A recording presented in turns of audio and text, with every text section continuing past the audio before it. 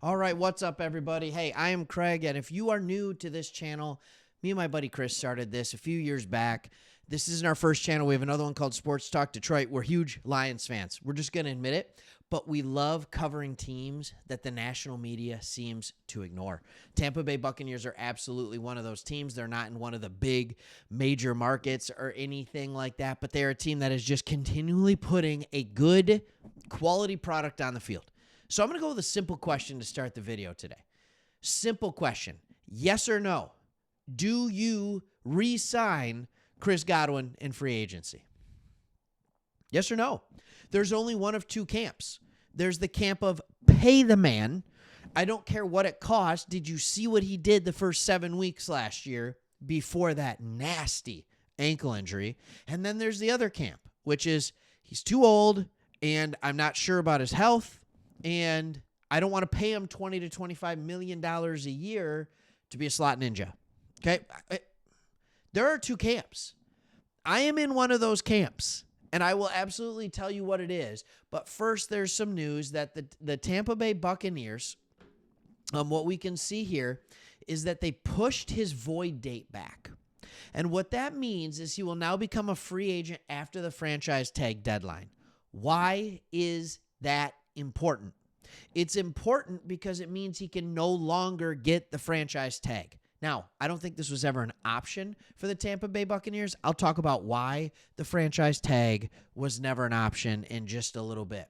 But before we get into that, let's also talk about why and what this new contract would be. If you are asking Spot Track, which is my favorite place, even though I don't know how to pronounce the website, what they think he'd be valued at, they say his market value is somewhere around 22.5 per year, and it should be a multi-year contract. Yeah, that's a lot of money. So let's look at a couple things. First, let's look at what is Tampa's salary cap situation going into the season. All right. Their salary cap situation is that if you look up here, they have about 4.8, so almost $5 million left in cap space. It's just simply not a lot. And this is what I hate. I hate, if you've watched any of my videos, and when I get to go all cap nerd at this time of year, I love being a cap nerd, especially in March as you're signing free agents, going into the summer, all that fun stuff. All right, your 6th highest cap hit is a player that you don't have under contract, and that player is Chris Godwin. I'll zoom in for you here. All right, the reason this number is orange is because it's a void year. You have to pay him that no matter what. And you're paying it because basically you didn't want to pay him money while he was playing for you. So you voided out a year. You have to pay it on the back end. It's nasty. It's a nasty little bugger. And when you're talking about a $19 million voided contract, like, yikes. That is heavy. Now, can you make up some money in other places? I mean, yeah.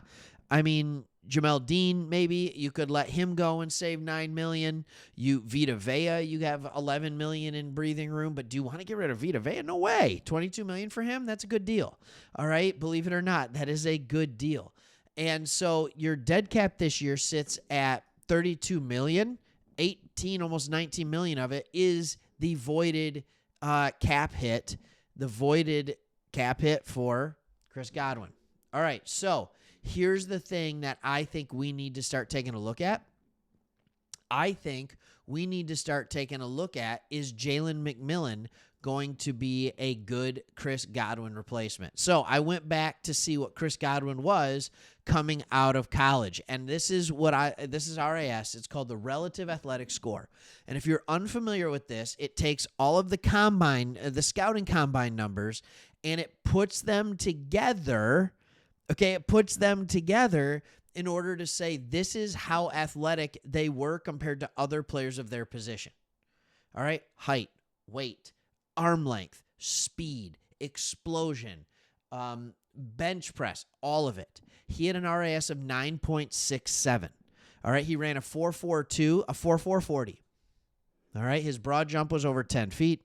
His vertical jump, 36 inches. Short shuttle, 4 seconds. These are really good and 3-cone. All right, now let's go over and take a look at your new draft pick, recent draft pick, Jaylen McMillan. All right, I went to the wrong one. Here it is, 9.33. Now that's pretty darn good. In fact, I would make the argument that it might be even better than Godwin's was, or at least really close to it, because he had so many wide receivers test in between. There's so many receivers that tested in between. All right, McMillan's still a 4.4 40 guy. His 10-yard split is really, really good. His vertical is a little better. His broad jump, they're almost identical. Size-wise, they're both 6'1". McMillan's coming in close to 200. Godwin was at 210. Like, these are shockingly similar athletes. McMillan has slightly larger arms. I mean, like, when you look at this, it's just nuts. And slightly larger hands. Craziness. Just craziness. The shuttle, 4 seconds to 4.18.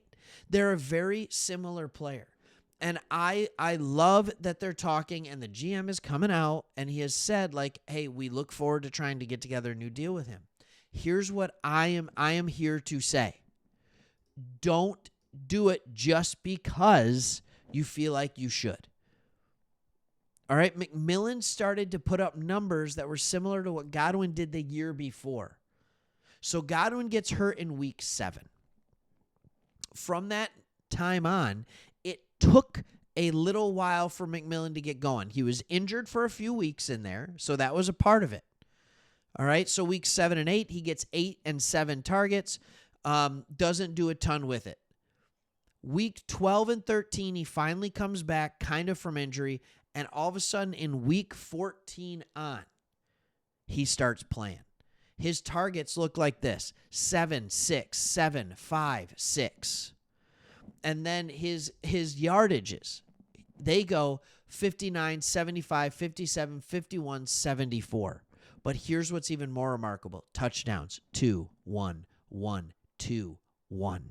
He scored a touchdown in every one of those games in that 5-game span. He started playing, and this is as a rookie, on the back end of his first year, he started playing like a player you absolutely would like to see him playing as, and putting up numbers that, quite frankly, were similar to what Godwin was putting up in 2023. Now, I know Godwin got off to just that torrid start in 2024. I think with Mike Evans, I think Jaylen McMillan has enough that you can absolutely still have a good receiving core without having to spend the $20+ million on Godwin. You have Cade Otton that you can involve in the game plan more. You have running backs that are good receivers. This can work. And this is not a loaded wide receiver class by any means, but there's a lot of decent wide receivers in the mid to later rounds that if you want to go for it, and if you want to get a wide receiver in free agency, great. There's a lot of wide receivers that are going to be a lot cheaper than 22.5. I understand Godwin's phenomenal. I understand he's worth that much money. He is. He is worth that much money. But you also have Jaylen McMillan. You have him. And I'm telling you right now, I understand that Odunze out of Washington, McMillan's out of Washington. This is why I'm talking about it. I understand Odunze was drafted 9. I understand Polk was drafted earlier than Jaylen McMillan. Jaylen McMillan is the second best, and there's an argument that he is the best receiver out of them. He's the most athletic. And he's a guy that managed to get a crap ton of catches. I think it was an injury that derailed him in college. So anyways, just something to keep an eye on. Jaylen McMillan, I think he's your guy going forward, but it's a difficult decision. Let me know what your thought process is, and we'll see you on the next one.